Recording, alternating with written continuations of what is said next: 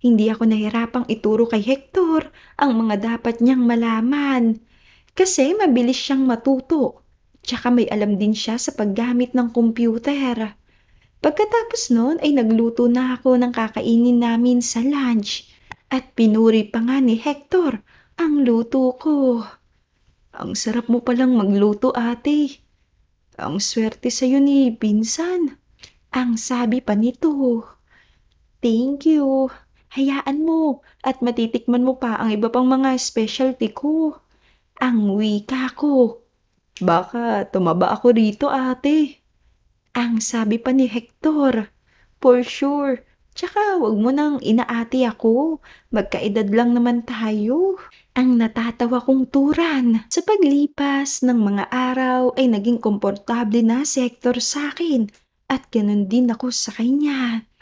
Sinabi ko sa kanya na ituring